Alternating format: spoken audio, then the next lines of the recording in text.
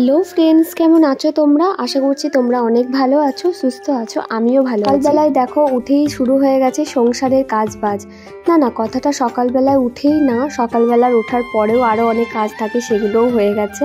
তার মধ্যে খাওয়া হয়ে গেছে হোক। তারপর এখন দেখো চলে এসেছি আমার আর আমার বরের দু একটা জিনিস ছিল যেগুলো একটু ময়লা হয়ে গেছিলো।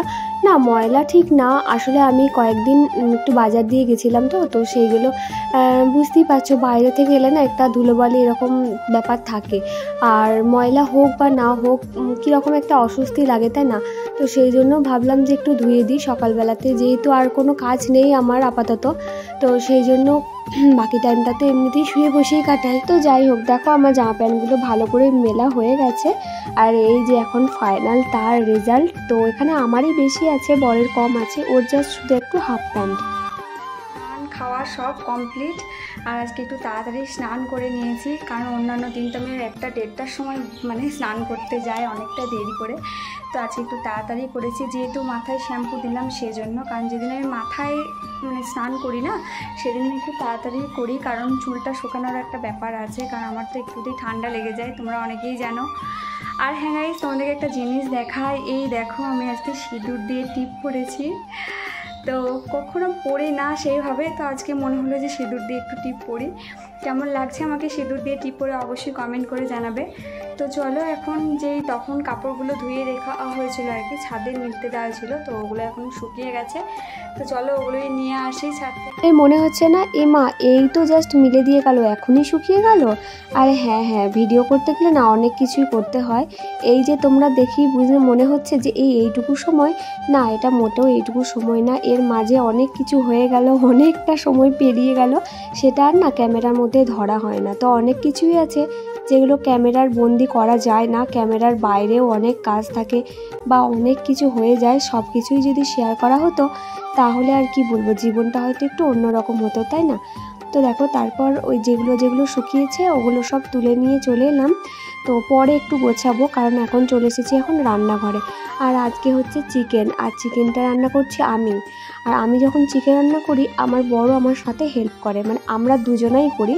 বেসিক্যালি চিকেনটা ওই করে, আমি একটু ওকেই সাহায্য করি।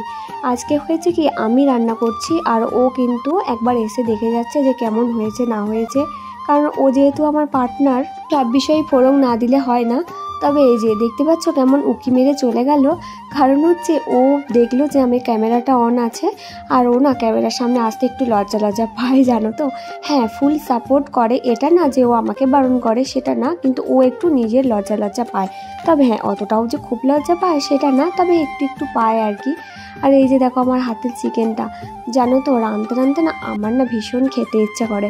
তোমাদের কাঁধে এরকম হয় গো, কমেন্টে জানিও তো। আর আমি না খেয়েও ফেলি, জানো। আর এই যে দেখো আমার চিকেনটার কালারটা কতটা সুন্দর এসেছে বলো তো, স্মেলটাও দারুণ বেরিয়েছিল। আর এই যে তোমাদেরকে দেখাচ্ছি বড় লেগ পিস। যতবারই বাড়িতে মাংস আনুক না কেন, আমার জন্য কিন্তু বড় লেগ পিসটা আনতে একদমই কেউই ভোলে না। আমি লেগ পিস খেতে অনেক ভালোবাসি। আর এদিকে দেখো আলুগুলো ভেজে রেখে দিয়েছি নুন হলুদ মাখিয়ে, জাস্ট অল্প হলুদ দিয়েছিলাম। তো এগুলো পরে দেবো, যখন জলটা ঢালার ঠিক আগে দেবো, কারণ আলুগুলো অর্ধেক প্রায় ভাজাই হয়ে গেছে। তো চলো, এখন ঢাকা দিয়ে চলে এসেছি এখন বারান্দাতে। তো বারান্দায় এসে ওই যে জামা কাপড়গুলো তুললাম না, সেগুলো একটু গুছিয়ে দেবো।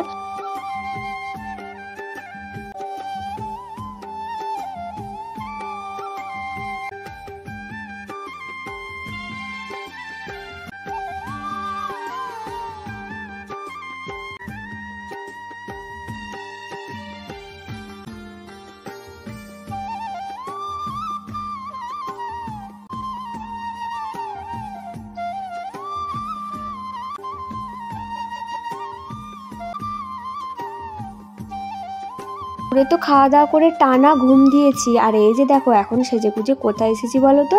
আরে হ্যাঁ, অনেক পুরনো বাসি ভিডিও দিচ্ছি তোমাদেরকে।